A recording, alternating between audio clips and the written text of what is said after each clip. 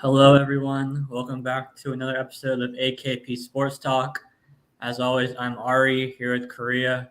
Korea, how was your weekend?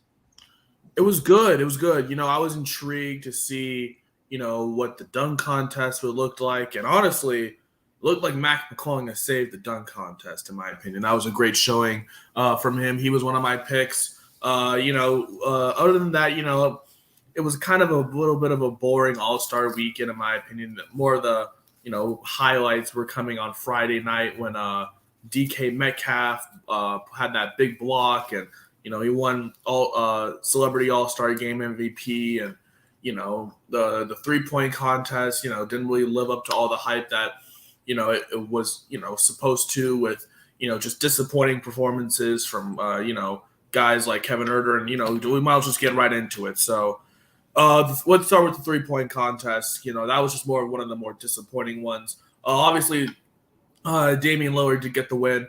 He was the winner after he beat, I believe, Tyrese Halliburton in the final round, if I'm not mistaken. And look, it was a lot more just disappointing to see a lot of missed shots. We saw Jason Tatum pull a pump fake in one of them. Kevin Herter didn't even get 10. Julius Randle had a disappointing performance. I feel like this was one of the worst years for the 3-point contest, and everyone was always, excited for the 3-point contest, and just to see, what it could hold. And we definitely didn't really have, any star performances except for Tyrese Halliburton's first round where he dropped 31, but he couldn't really maintain it for the second round. Or with the 3-point contest, look, would you say this was considered a down year, considering we didn't really have any stars other than, Damian Lillard. A lot of people, I think he was tied with Buddy Hield to be one of the favorites, and he definitely won. So what was your opinion of the 3-point contest on Saturday? Yeah, I mean, it started out great. Like you said, with Halliburton's 31, he's like one of the first people to go. So, I mean, it started out great. But, I mean, yeah, definitely say overall it wasn't the best, but I mean, I feel like we're it's been a few years now where we're in some of these events we're not having the best of the best, in them because they just don't want to be in them, and so I mean, obviously Lillard is obviously up there for the best, 3-point shooters. You saw that in the All-Star game as well, in the league, but all like in terms of like top to bottom like competition, it definitely wasn't the best. I mean, like you said, Randall had like 12 or 13 points. Herter had like 8. But I mean, these guys are, solid 3-point shooters. But obviously, like we talked about last week, it's completely different shooting in game versus like in a contest like this. So it's kind of hard to like judge them because they're not used to shooting in this kind of capacity. Yeah, and that's kind of the thing that most people don't think. Like this is like you have to like go into the rhythm of picking up off the rack and like more of that consistent shooting motion instead of just pulling up from anywhere. When you're dribbling up the court in the game, and I feel like that's kind of different for guys like Jason Tatum who are more spot up shooters. He can dribble, but when he's dribbling, he usually gets to go to the lane. When he is popping up for a 3, it's usually off of a pass or maybe one dribble just to pop up and shoot. And so, that's where you get that disappointment. And, no disrespect to Julius Randle, but he wasn't even supposed to be in this competition. I mean, he was a last-second sub. So, I mean, yes, it was, great to see, another big man, want to compete in the 3-point contest. It didn't really do much. And then I mean Kevin Herter, one of the more disappointing rounds. I mean, it just looked like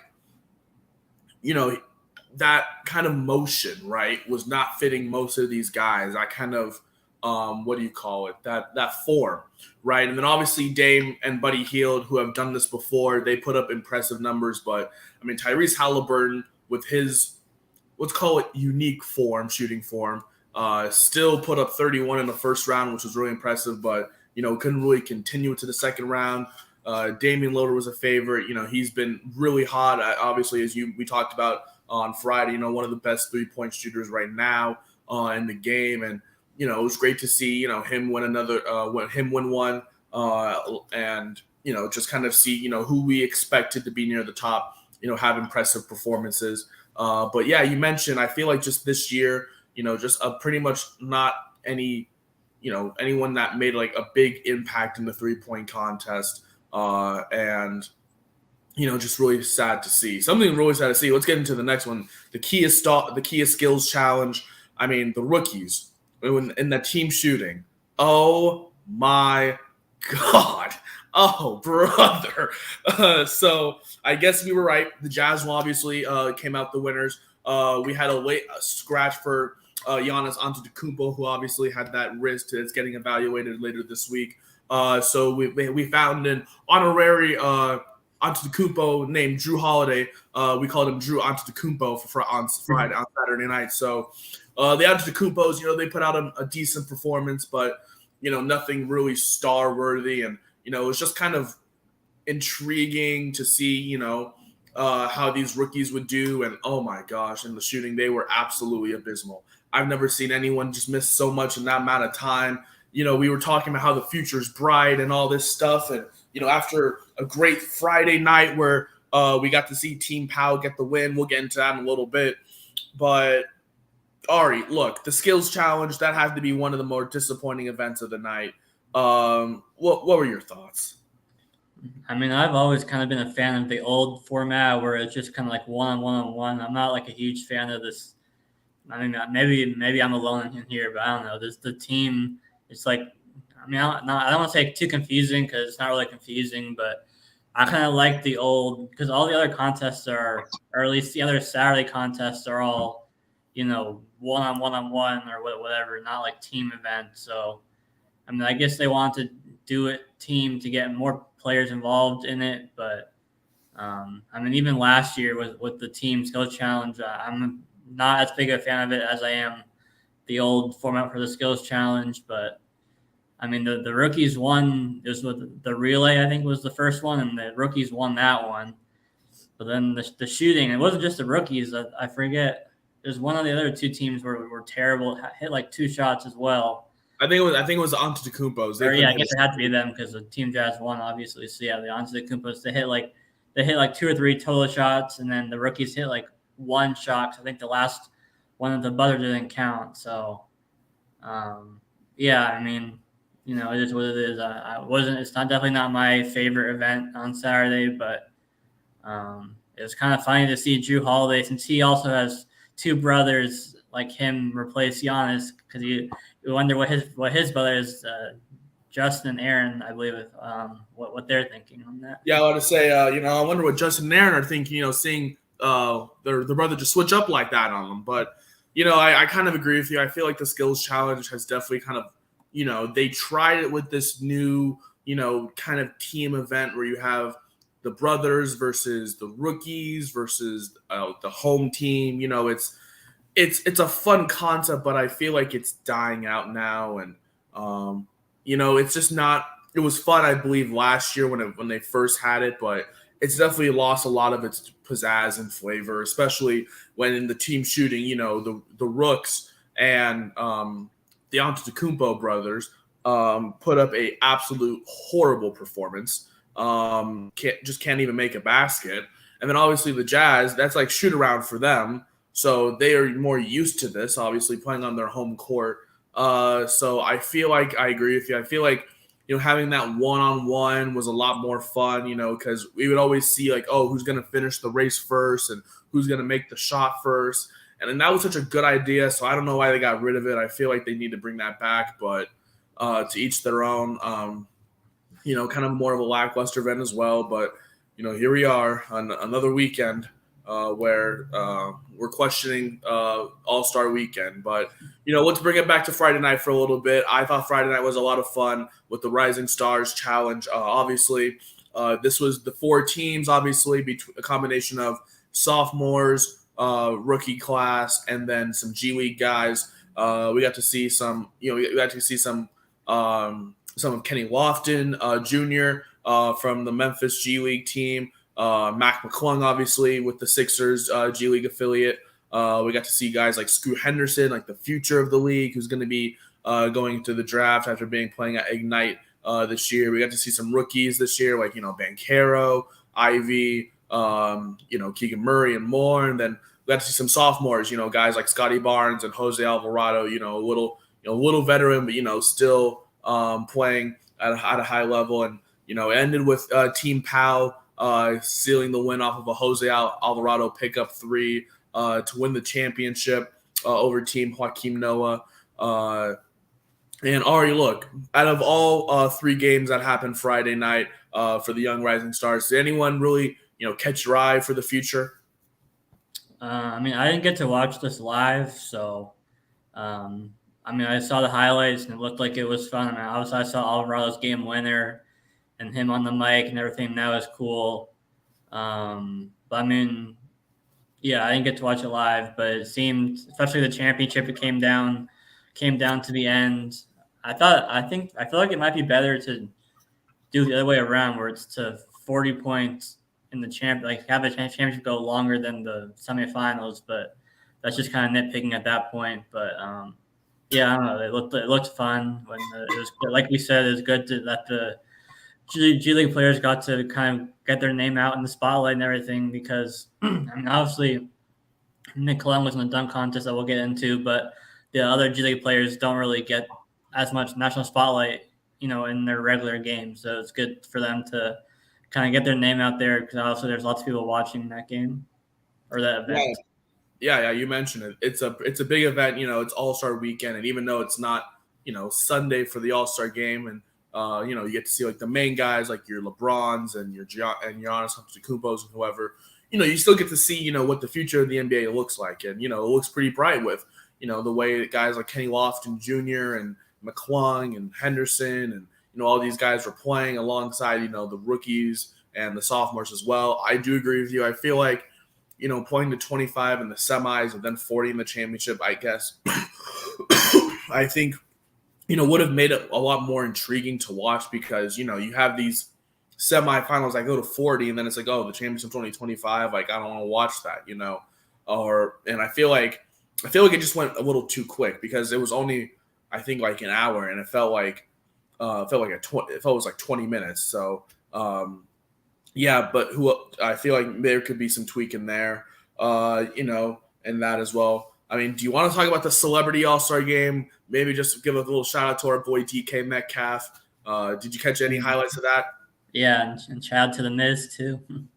Oh yeah, with that almost buzzer beater that would have tied it and forced overtime, and Guillermo with the with the wedgie and the of course, yes, the celebrity antics. RJ Richard Jefferson first being a commentator and then a referee and then a player, all that fun antics. But that was a fun game Friday night. But the main event Saturday night, the moment we've been waiting for, the dunk contest. Obviously, a lot better than last year. That's a start. That's an odious start. A lot better than last year. Obviously, there were a lot of nobodies. I feel like that's what the trend is going to be continuing. I know people have been asking about Zion Williamson. He said he may do it next year. So, that's a good, but, with that comes a negative, and Ja Morant has said he will not be doing it ever. So I feel like that door has officially closed. But anyways, we got this year, we got four guys, obviously. Mac McClung, the winner, after his impressive performance. He pretty much, I guess, saved the dunk contest in a way.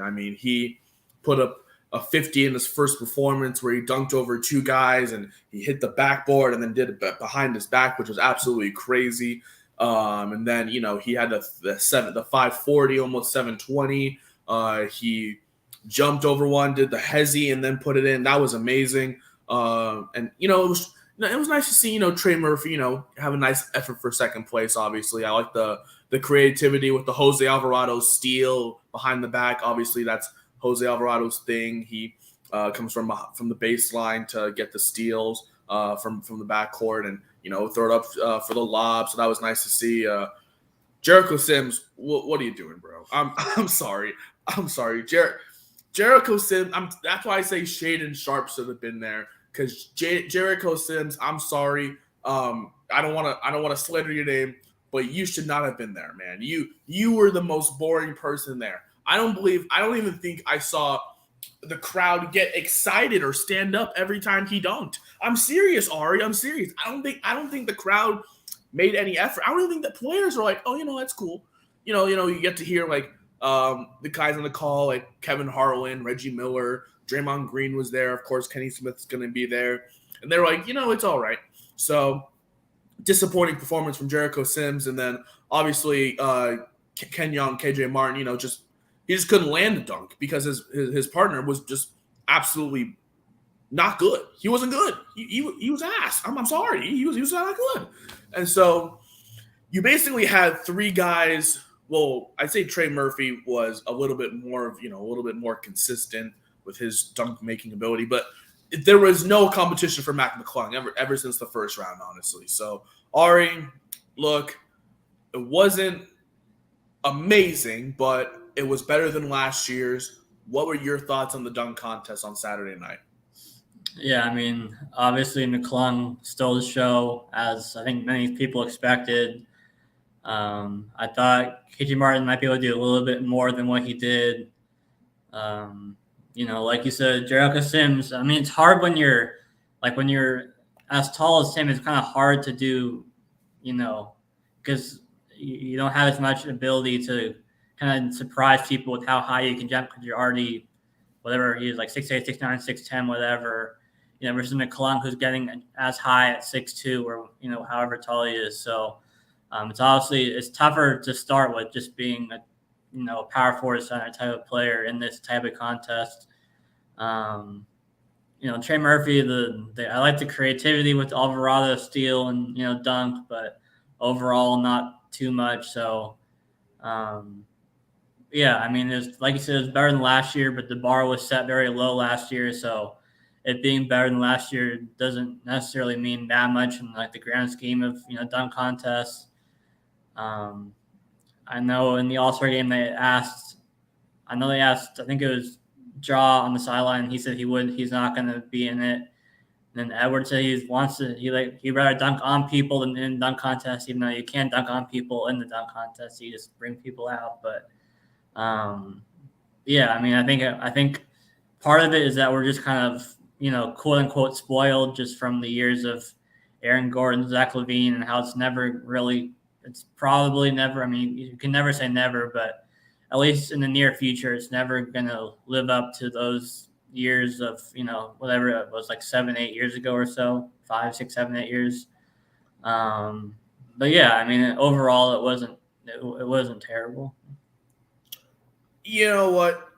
You can definitely say that. I feel like the main reason why it wasn't horrible is because the bar was set at the bare minimum. I don't even think I can remember a dunk from the 2022 All-Star Weekend that I remember it was good. I don't remember any of those. But you see, obviously that's due to recency bias and whatever. But at the same time, like that was absolutely abysmal in Cleveland. What they did in Cleveland was what should be a hate crime because of how bad that dunk contest was. And then obviously, this year, like as you said, it wasn't great, but I feel like McClung has saved it from dying. I feel like, once you bring in these guys from like the G League who just want some shine or, I feel like the NBA is heading into the right direction because, they could have got any NBA guy, but they got someone who's in the G League, which, and he was the one who showed out the most effort because, he's going to put his name on the national stage, and he did. And he actually, it's not like he plays bad basketball. He played great in the Rising Stars competition on Friday night as well. So, that also brings spotlight to, some of these guys who are fighting for a roster spot on the national stage, right? And I feel like that's the trend I feel like the dunk contest could go into. And that's why I like my idea, with these NBA guys, these all-stars, like there's 10, like the 10 starters, right? The 10 NBA all-star starters, you have them represent one of the dunkers, right? The winner, the dunk contest winner gets $1 million for himself. And the guy the all-star who represents him gets $100 donation, gets a $1 million donation to whatever charity he chooses. I feel like that would be a great solution because it's solving both sides. You have the interest for the players who don't have to be in the contest, and you have the interest for the actual dunk contest itself. Having these guys who want to come off the street or don't really have that much shine, giving them their not like 15 seconds of fame, but giving them their opportunity to shine at the national stage and maybe find a roster spot from someone who either is injured or just someone who's trying to fight for a roster spot, right? And I feel like that should be the direction the dunk contest goes into, because right now it's going the wrong direction because the NBA players don't want to do it, and the NBA players that do it aren't good enough to be doing it. Like, no disrespect to guys like Jericho Sims and Trey Murphy and Kenyon KJ Martin, but they're not dunkers. Like, they're not gonna be doing this for fun or anything. Like, they do it like in game because they have the opportunity to. And Jericho Sims, obviously, with his size, that's a different story. But you have guys like Mac McClung who are just in the G League trying to find himself into the NBA, find a roster. And he does this because he needs that. He has that drive. And I don't know. I feel like the dunk contest has just become a lot more lazy. And you mentioned ever since the days of like Aaron Gordon, Zach LaVine, hell, even the 2018 one with Donovan Mitchell, that was exciting to see because Larry Nance was trying his hardest too. And like, that was actually a good battle. So, after I believe the 2019 one with Hamidou Diallo, I feel like after that year, the dunk contest has started to fall off. And the last good year we really had was Aaron Gordon versus Derrick Jones Jr. in 2020, where we had the multiple 50-round dunks, which was absolutely ridiculous. But it's a shame to see the dunk contest fall off this hard. And, now it's getting to the point where, our young guys who definitely have those legs don't want to do it just because there's no intrigue. Like, for example, like when you said Ja was asked about this yesterday in the All-Star game, he didn't want to do it because there's no intrigue for him. Anthony Edwards only wants to dunk on people when there's someone there, and there's no one. It's not like you're going to posterize someone in the dunk contest. Like, and that's not how it works. So it's just a shame to see, one of the bigger traditions of All-Star Weekend kind of just fade and turn into something where it's not as intriguing anymore. But, who knows? Maybe Mac McClung did save it. Praying and crossing our fingers. And then finally, we all wrapped it up with the All-Star game yesterday. Team Giannis and Team LeBron. A little bit of a controversial pick for Giannis. He went to go with Ja, but it was during the reserves round, and it looked like we found out his playbook, and everyone was clowning on Giannis's team, who ended up getting the win because Giannis's team was not on paper. You would say that Team LeBron would win because Team LeBron, their starters, they had Kyrie, they had Luka, they had Joel Embiid, and Nikola Jokic. I mean, you have the MVP, the guy who should be winning the MVP, one of the best point guards in basketball, one of the best shooting guards in basketball, and then LeBron James. I'm sorry, but I feel like that team wins at least 75 games a year, bro. But they couldn't win tonight. They couldn't win last night. They couldn't win last night. Yes, there is obviously the fact that LeBron did get injured, and I think it was like a little bit of a hand injury, and he said he'll be fine. And Giannis wasn't even playing. But I mean, Jason Tatum out of nowhere decided to actually be the main factor and drop 55 points in the All-Star game. Ari, I know you're probably watching the XFL yesterday, but if you did get to watch the All-Star game, what did you think of it? What did you like? What did you think of Jason Tatum's big performance last night? No, I actually was mostly watching the All-Star game last night. Yeah, I mean, what's it do? Also, what did you think of like the live drafts right before? I feel like I don't think the NBA players understood what they were doing. Like, I don't think LeBron and Giannis really understood. And then I feel like it was just awkward. I feel like the way that they were doing it with like the draft, either like on TNT the week before or whatever. I feel like that's better because like you can actually plan out like who's going to be there, like, or what the teams are going to look like. Like an hour before, like I like the fact that you want to leave like the speculation of who's going to be on what team, but I just feel like the way the draft was handled was a complete disaster. I personally feel as if either doing it like that morning or like the night before, like even doing it the night before, like while everyone is doing like their dunk contest and all that stuff, have the draft then when everyone's there just in the crowd having fun. So like the next day people can be like, oh my god, like imagine like seeing LeBron and all that stuff versus whatever that attempt was. And then obviously you kind of feel bad for guys like Lauri Markkanen who got picked last for the starters. And Nicole, and we kind of knew that was going to happen, but at the same time, like Nikola Jokic already assuming that LeBron was going to take him was actually pretty funny. But like, let's be real here. I know Malone said that Jokic didn't know that Markkanen was still there. He thought he was the last pick, so that's why he started walking over. That's why. So exactly. So that's why I'm saying, like, like there is a lot of confusion there, and I feel like if they can at least figure out what they want to do with like this live NBA draft for the All-Star game, then by all means do it. But I feel like there was just a lot of confusion. And with that, I feel like it was just boring. There wasn't a moment where I said like, oh my gosh, this is really fun. I think they should be doing a live draft every single year. Yeah, I hear that. And then before it even started, there's the TNT glitch audio with God, that was a disaster too. Another disaster. I'm telling you, it was just a disastrous weekend. I mean, Chuck's audio delay and Shaq was messing with him, and they're like talking to themselves and they not knowing. At least I think that they didn't know that they could be heard at that time.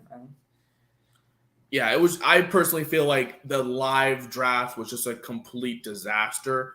Maybe if there's a little more like organization to it, and obviously I feel like there's a trial run here. This is a trial run. Next year it's going to be in Indianapolis, so we'll see what All-Star Weekend 2024 is looking like. But for now, I feel like that live draft was an attempt, but I don't think it really worked out well for them.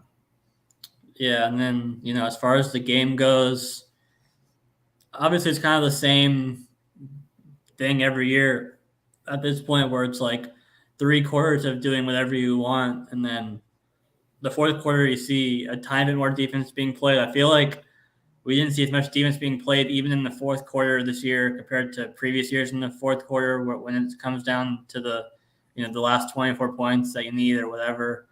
I mean, it's cool. It was funny to see Tatum and Jaylen Brown go at it one-on-one with like the other 8 players just like staying on the complete other side of the court for that the last minute of the third quarter, I think it was. I feel like there's too many just like normal layups. Like in these types of games, I like the half court shots and dunks and all that. There's like too many just like normal layups for an all-star game, but obviously that's just kind of opinion at that point. But yeah, I mean normally there's always one player that kind of just seems that they can't miss, and obviously that was Tatum in this game. Breaking the all-star scoring record with 55 points. I think Mitchell had, I think 40 points. Obviously, he was very familiar with playing on that court in Utah. But yeah, I mean, it was a fun game overall. Obviously, it kind of sucked. Like it's just like the perfect game for a player like Curry, where he can just like shoot from half court and turn around, and before it even goes in. So, I mean, not having him, Durant, Zion with his dunks that he'll have in the All-Star game. So there's definitely missing some players, and obviously LeBron missed the whole second half, and Giannis played 10 seconds and then checked out. So, yeah, I don't know. I would say all in all, it was a pretty good All-Star game. Definitely not one of the best ones, but it was definitely it was better than overall Saturday's events, and I would say that.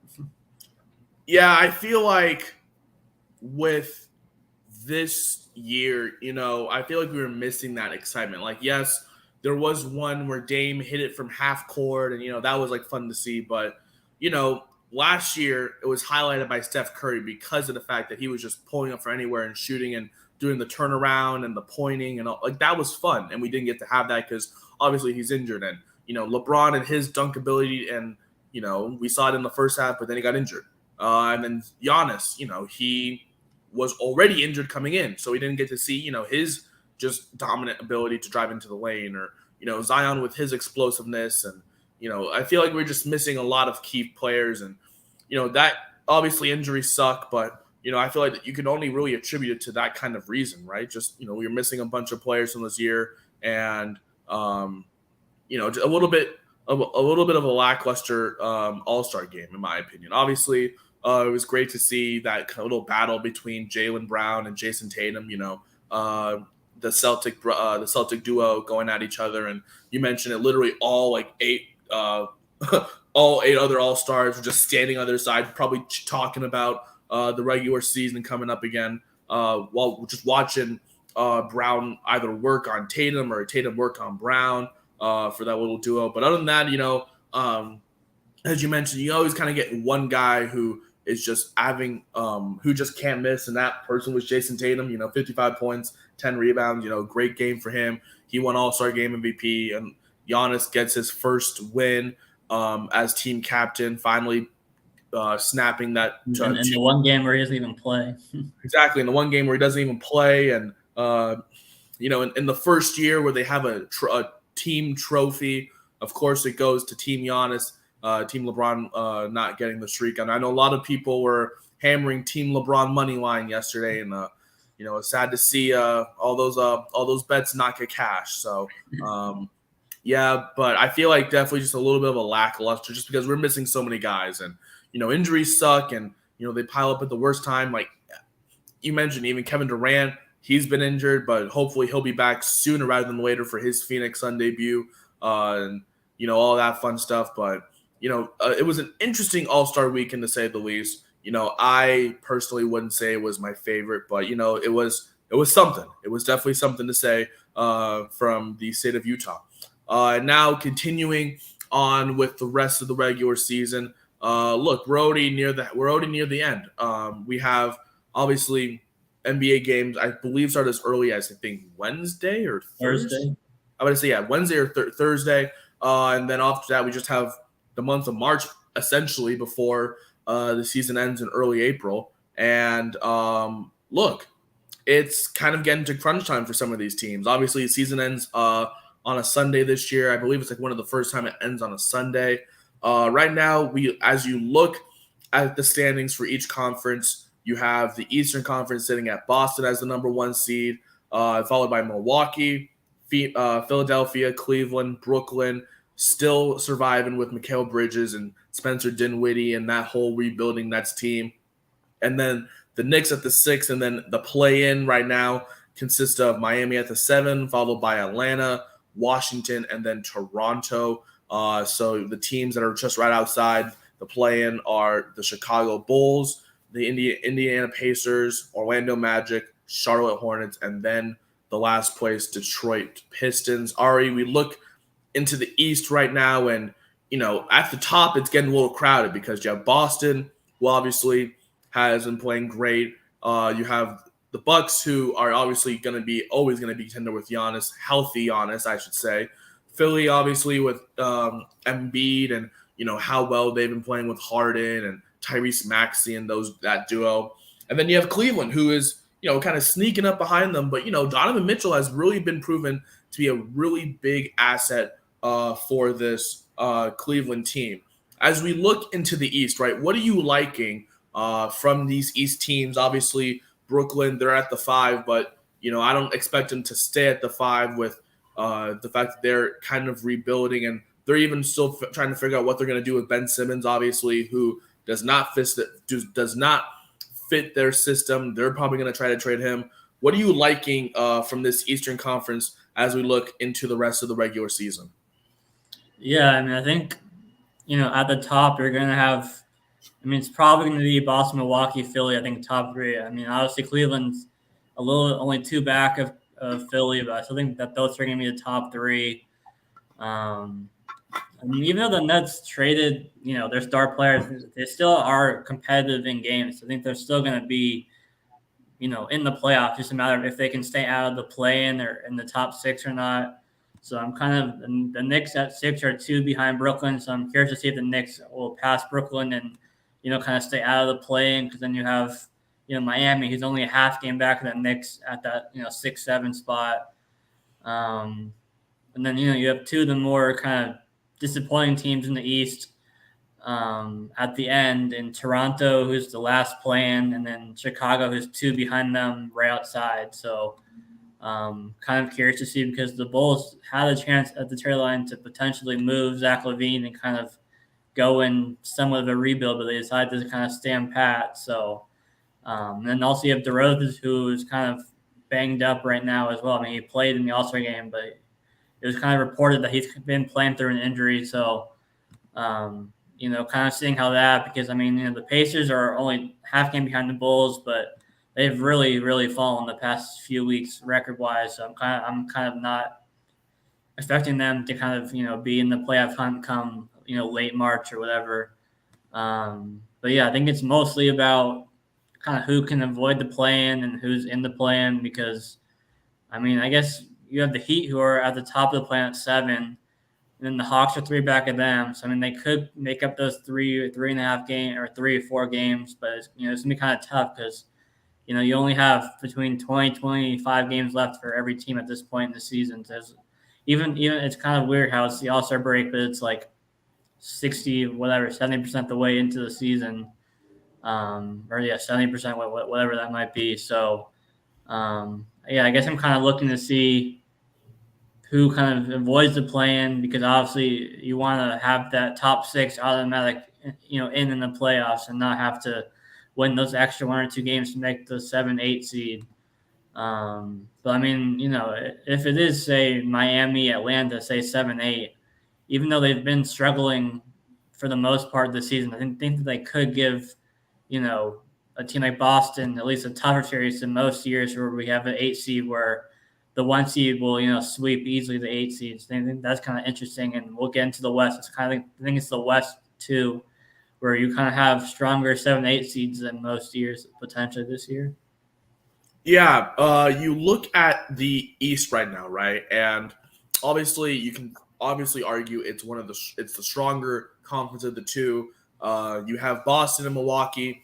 We're always going to be fighting it out for that top spot. Boston only a half game ahead of Milwaukee. Those are two favorites to win the East. And the Celtics, after their dominant run to the finals last year, they're continuing that.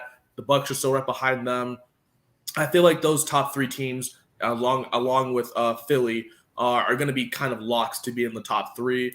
You look at a Cleveland, and I believe they're going to be a solid 4. They may be a really scary 4 for like a Boston series. That'll be really fun to see a Boston a Celtics Cavs series. Potentially go to 7 in the second round with Donovan Mitchell and Darius Garland and those guys in Cleveland. I agree with you about Brooklyn. I feel like even though they traded away their top franchise guys, the package that they got for them is suitable to, be a contender or at least be a playoff team in the East right now. And, even with the Knicks right behind them, who just did beat the Nets at home, then it's still going to be, they're still looking pretty competitive, as you mentioned. And the way that, Mikal Bridges is balling, he just dropped 45, and, he's been kind of one of the big key pieces for this Nets team, and alongside Spencer Dinwiddie, Cam Thomas, if he keeps up what he's doing recently, there's no reason to say that this Nets team is not a playoff team. And then also you have the Knicks, obviously, the way that they've been playing ball with Julius Randle, who's an all-star, Jalen Brunson, who should be an all-star in my opinion, and then RJ Barrett, that kind of trio has been really big for them. And then as you get into the play-in teams, right, and you see this Miami team, right, and they're right there, and then they obviously just signed Kevin Love after he got bought out from Cleveland, so that could be interesting to see what that trio is down there with Jimmy Butler, Kyle Lowry, who's been very disappointing this year, and Kevin Love and potentially Bam Adebayo off the as well. You know, we got that kind of rotation, and then Atlanta, who's been very disappointing this year. You know, just always kind of this mid team, and then you look at the teams kind of hovering around the edge of the bubble for the play-in, and you see Washington, who is, you know, obviously a mid team as well, and then two disappointing teams that you talked about. This Toronto team that, you know, could have done something at the deadline, but didn't really do anything big to go in each other direction. And then Chicago, who's been really banged up with injuries and, you know, just all the trade talks for Levine and, you know, the battle with that alongside Lonzo's constant injuries and, you know, DeRozan now being injured again. And so, you know, I feel like the bottom of this Eastern Conference is a little lackluster compared to the top. And, you know, I just don't know if, you know, teams like Chicago and Toronto, if they don't turn around soon, you know, I definitely don't see them, you know, advancing to, you know, play a team like Boston or Milwaukee in the first round. And, you know, I feel like if it's like a Miami Milwaukee first round, that could be interesting. But I feel like that Bucks team would still win in potentially 5 or 6 games. And then for Boston, if whoever they play in the first round, whether it's maybe Atlanta or Washington or whoever, I feel like the Celtics' just dominance will continue again, and I feel like they could be one of the top teams in the East as well. So, and it's unlike the West where, you know, there's like a bunch of sneaky teams in the West, but, you know, I feel like the top 3 are one of those 3 teams is going to be advancing to the finals. I just don't know who right now, but I feel like it's one of those 3 at the top of the Eastern Conference. And now we look at the Western Conference. And the Western Conference right now is being led by the first place Denver Nuggets. They sit 5 games ahead of Memphis at the 2. The surprise of the year, the Sacramento Kings are at the 3. The 4, and then the 4 on a late surge right now, the Clippers, who have won, you know, a considerable amount of games, and they just obviously today the breaking news, they just signed Russell Westbrook after he got bought out of his contract from Utah, and then the 5 seed, the Phoenix Suns, after they made that big trade for Kevin Durant, so they wait for him to get healthy alongside a returning Devin Booker. Dallas, who, you know, even though they've had a couple losses with that Kyrie Luka backcourt, you know, they're still going to be one of the more dominant teams in the West. And then you have the play-in teams, New Orleans, obviously, who has fallen all the way down to 7 after their hot start, Minnesota, and then Golden State, who is right around 500, and then finishing it off is OKC at the 10. So OKC right now is in the play-in at the 10 spot, and then in order for the final bottom 5 teams, we have Utah, who is a half game behind this OKC team, and then Portland, who is tied with Utah, the Lakers, who are about 1.5 games behind the Blazers, and then way at the bottom, San Antonio and Houston. And so, Ari, as we look into this Eastern Conference, right, and you look at this play-in, right, I only see Golden State potentially being trouble for any of those top 2 teams in Denver and Memphis. And right now, obviously, the big storyline is how the Lakers can, you know, save their season after all the deadline deals they made. Do you think the Lakers have enough in it? Do you think D'Angelo Russell, Malik Beasley, and Jared Vanderbilt is considered to be enough to help LeBron and also Mo Bamba as well, to help LeBron and AD really propel this team to actually make the playoffs? Also, what do you think of the Kings? Do you think this Kings team is a little overhyped, or are they going to be falling off as we head into the second half? You know, what are your thoughts on the West right now? Yeah, and I think the Lakers are the biggest storyline right now because obviously they made those trades at the deadline, assuming that they're going to make the playoffs, and that's not even a guarantee right now. They're not. They're 2 games out right now, and I believe both the Thunder and Portland have the tiebreaker over them right now. I believe so. Even though the Jazz are up there, I'm not even counting them because they blew up their team at the deadline basically. You know, so I mean, not blew up their team, but I mean they're falling down. So I'm not expecting them to make the play-in. So you know, it really comes down to the Thunder, Trailblazers, and Lakers for me.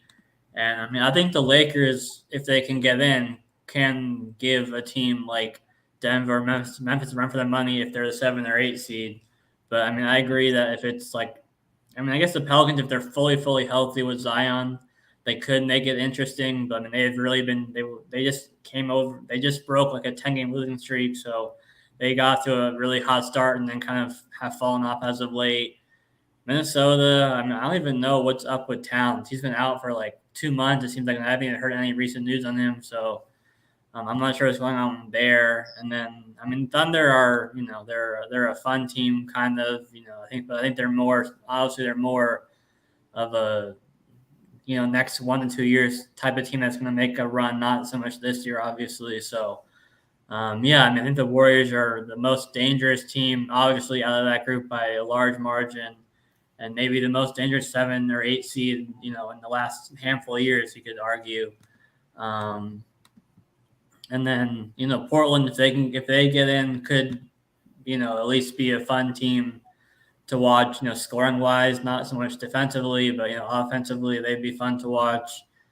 But yeah, I mean, all in all, I mean, I wouldn't say the Kings are overhyped because I don't see many people hyping them up. They're like the number 9 team right now in the West, odds wise, to make it to the finals. So I think not many people believe in them, and I think that's kind of for a reason. I think like they're a fun team, and it's cool that they're pretty much a lock, right? I guess not a lock. I was gonna say a lock to break the playoff drought, but they're only 4 up on the 10 seed, so I mean technically not a lock to.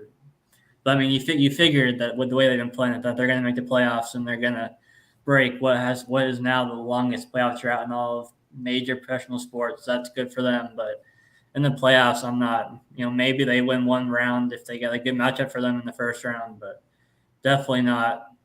Believer in them making it far, but just to make the playoffs for them, is a good for the franchise and for the city, obviously.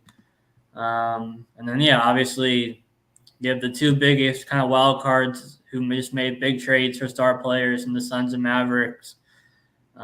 It's been a bit of a rough stretch for the Mavs, as you said, with them, losing teams that they shouldn't lose to, but they're kind of just getting used to playing together. So, there's that. And then I'm not sure if there's a timetable for Durant to make his Phoenix debut, but I think it shouldn't be too much longer. So that would be exciting to see how they play together, and they'll have at least maybe 15 or 20 games to end the regular season to play together before the playoffs start. So, yeah, I mean, the East, you kind of in the East, you have your top 2 or 3 teams that are going to make a run to the finals. Whereas the West, it's possible you have a 6, 7, 8 seeds who can make a run in this conference, and it wouldn't be a surprise.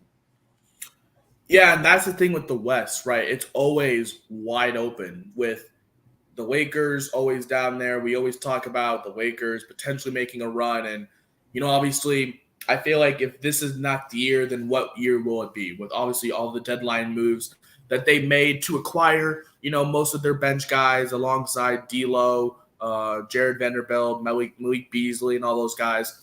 I feel like the Lakers, obviously, they have, kind of the most to lose in this sense. And, right now they're sitting about a couple games out of the play-in, and you mentioned OKC and the Blazers both have tiebreakers, I believe, over this Lakers team. So that's definitely not playing a huge favor for them as they get down the stretch. But, they had a decent win against a struggling New Orleans team without Zion. So, and they were acting like they won the championship, and all the media is talking about, this Lakers team, if they get hot at the right time and all that nonsense. I don't want to hear that right now. They're sitting outside the playoffs. Let's talk once they actually make it. And then you mentioned Golden State, I feel like, is the scariest team right now in the play-in. You have OKC, who obviously I feel is 1 year away because obviously right now the way SGA has been playing is amazing. And, once they get Chad Holmgren back next year, they're going to have picks. They're developing their young guys, and both Jalen Williams alongside Josh Giddey, and the way they're just getting ready for the future right now. And it's showing. They're having a great season, but I feel like, just they're a year out. And, this Minnesota team, as you mentioned, I don't know what's going on with Karl-Anthony Towns. We don't know his health status. And, If fully healthy, this New Orleans team could be scary. But I feel like Golden State definitely has, a lot more, reason to be one of the scarier teams. Obviously, if they are fully healthy, they're one of the scarier teams as well. Obviously, with Steph Curry coming back, hopefully sooner rather than later. We talk about who they just traded for, Gary Payton. He's going to be about a month away, so hopefully he'll be back right in time for potentially either a play-in game or a playoff series. Also, maybe seeing Klay Thompson, can shoot the ball more consistently. If things go right for this Golden State team, they can get on a deep run.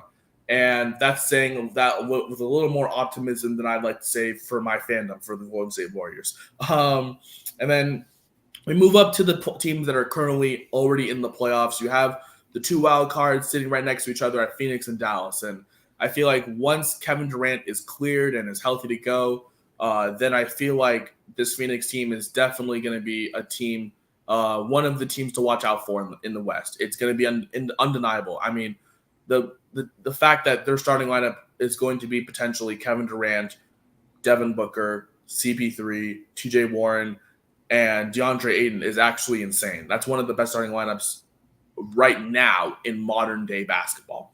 And so I feel like they're just waiting for that. I already talked about Dallas, losing to teams that they shouldn't, but, they're working out the fact that, this is a system for Kyrie, and it's only been a couple games, but, you really can't judge the book by its cover. There's still a whole month and a little bit of change left for those two guys to get acclimated with each other. We talk about the Clippers, and I feel like the Clippers are definitely playing playing their best basketball at the right time, and they have a bunch of momentum as well. With Kawhi and PG, and obviously there's questions of whether or not Paul George should have been an All-Star. You can definitely question that if you want to. And then obviously today signing Russell Westbrook. And, now they have the trio of Kawhi, Russell Westbrook, and Paul George. Again, those two rekindled from their OKC days. And look, I feel as if Russell Westbrook isn't the point guard to lead this Clippers team, then who is? They tried it with John Wall, didn't work. They've tried it with Reggie Jackson, didn't work. They've been trying, and I feel like Russell Westbrook should be the guy, finally, to kind of lead this team. And then you look at the top three, and I see a lot of vulnerability in the top three. I see a Sacramento Kings team who has never made a playoff, the playoffs, as you mentioned, this side of the decade. They obviously have the longest playoff drought in professional sports in the North American region. And then you have Memphis, who Mr. John Morant, I'm fine in the West. And then obviously last night when Draymond asked him if he's still fine, a little bit of backtracking, saying, "Oh, we have to watch out for Phoenix now, and other teams." So John knows he can't be talking that much. And then Denver, who is allergic to prosperity in the playoffs. I mean, that team crumbles and folds as soon as April hits. So I see a lot of vulnerability in the top three. I see the 4 through 6 potentially being dangerous, and someone from the play-in potentially giving a run to the money to either Denver or Memphis, whoever it is at the top. I do agree with you. I feel like the Kings, it's going to be close. If they just keep playing their offense the way that they've been playing, then I feel like they definitely should be a playoff team, and they'll break the streak. But it's not going to be easy in a loaded Western Conference now that Phoenix and Dallas are going to be riding their tails, and the Clippers making moves as well, and the Kings, a team that I was expecting to make either some kind of move or a big move to at least take their team to the next level, did not make those moves. And that could turn from them being in third place to them being in sixth really quickly because of the T3 teams behind them making moves, great moves as well, to take their team to the next level. So I definitely agree with you. I feel like this Western Conference is definitely going to be a lot more wide open as we head down the stretch. A lot more intriguing battles along the way. And we'll see what the Lakers do. We're gonna see what the Lakers do because there's all this noise, but we always gotta find out with this Lakers team. And even though Portland is right there, don't sleep on the Blazers. I mean, I feel like even though it's all surrounded by Dame Lillard and he doesn't have as much help as he would like. Hopefully Anthony Simons comes back soon. And then just seeing how they can develop Cam Reddish, Shaden Sharp, and their rotational guys alongside with Jeremy Grant. Who knows? They could be a play-in team. So yeah, I feel like there's definitely just a lot more time on our hands here. We still have a little over a month left of the regular season. About 20 something more games left for each team. So it's getting down to crunch time, but it is definitely going to be an interesting end to the regular season, and we'll see what teams are going to be either fighting for a play-in or have already clinched a playoff spot as we get the second half of the regular season going. But I believe that's going to be it for me. Ari, do you have anything else you want to say? No, yeah, just looking forward to fun end to the regular season, and I think it should be a fun playoffs with more teams kind of getting better at the trade deadline. Yeah, I agree with you. I feel like it's definitely going to be interesting to see how some of these teams finish. We will be back on Wednesday. We're going to be debriefing the college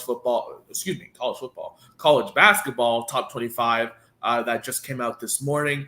And as we get closer and closer to March Madness, we'll be giving some of our top teams, some of our top matchups to look for into the week because, we only have a couple more weeks of the regular season to look for.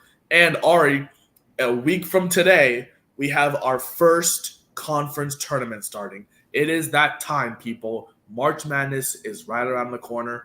But so that's going to be what we're going to be. That's what we're going to be previewing on Wednesday.